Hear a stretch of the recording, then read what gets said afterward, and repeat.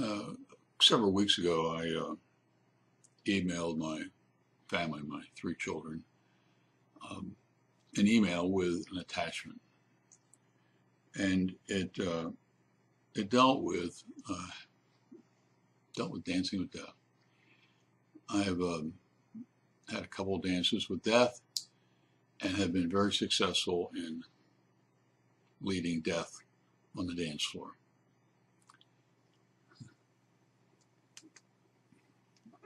But I realize that I'm not going to be able to do that forever, and sooner or later I'm out of here. And this email has to do with a lot of issues. It has to do with what you're going to do with me after I've lost my last dance.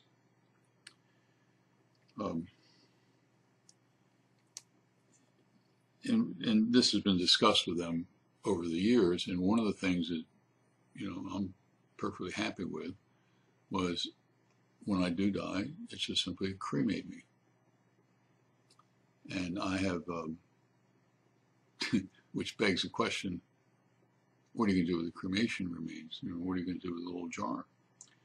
And various times I have suggested sending them to probably the three most important countries in the world to me, overseas countries. Scotland, where genetically I came from, Tibet, which I've written dozens of articles about Tibet and their quest for independence. And the last country would be Burma, or what used to be called Burma, is now called Myanmar.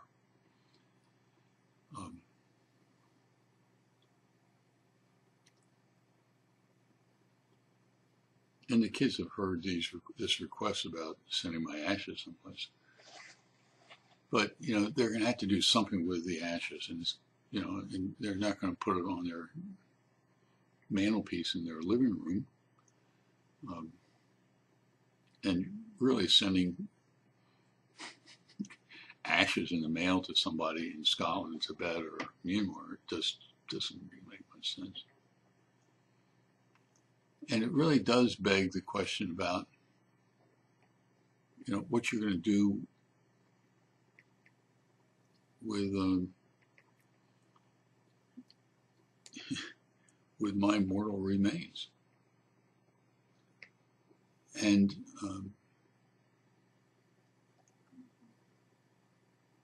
University of Chicago has saved my life once on the dance. And I said to my kids, my suggestion, and it's up to you, because once I'm dead, I can't make any decisions, but I would suggest, when I go, send my body to the medical school at the University of Chicago. Let some medical student work on my body in research and learning. Man, I mean, that seems like a far more practical way to live on after you have croaked in this world.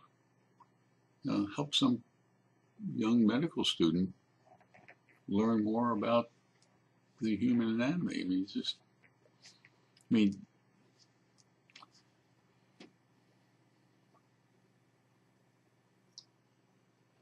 so they know how I feel about Dancing with Death.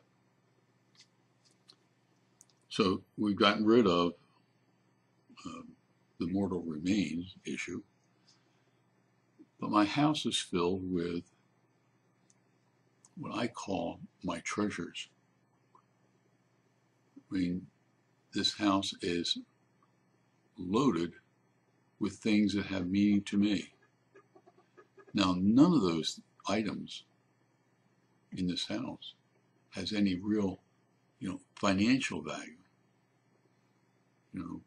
They're not going to take one item and divide it in six and sell it and divide it into six and give each person $30,000 or $40,000. It's not, there's nothing of real value monetarily in this house. The value to me, has to do with how I feel about that particular item or that particular photo that I took. And that's the meaning. And and it's the issue of your legacy. Your legacy can be embalmed and put into a casket and dug into a ground. It can be cremated.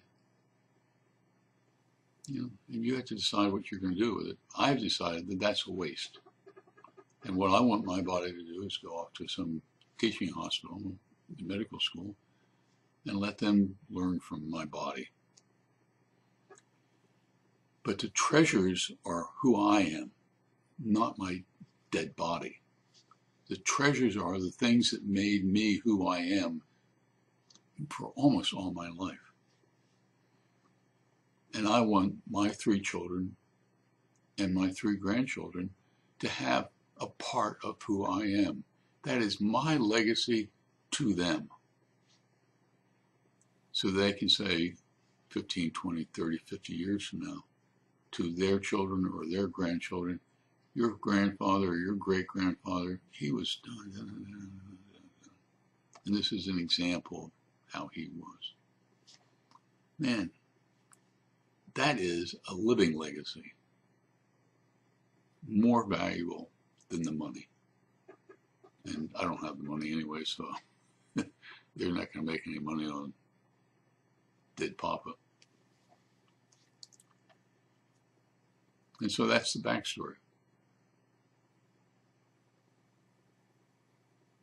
I hate to tell you this, but you ain't going to live forever either.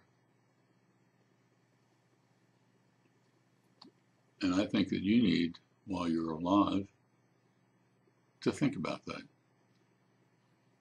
What you do with your mortal remains is up to you. I just want you to think about it. Once you've thought about it, once you process it, tell those people who are responsible for taking care of you or what's left of you after you're gone. It frees them.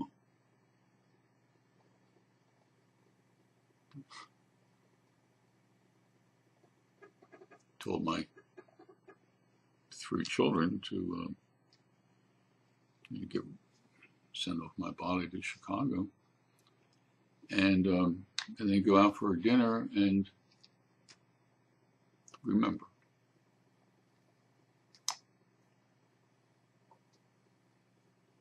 It's a golden opportunity for them, but it is also a golden opportunity for you and for your family if you go through the process and think about it. In the meantime, you take care. Thanks for spending some time listening to this video and reading this article.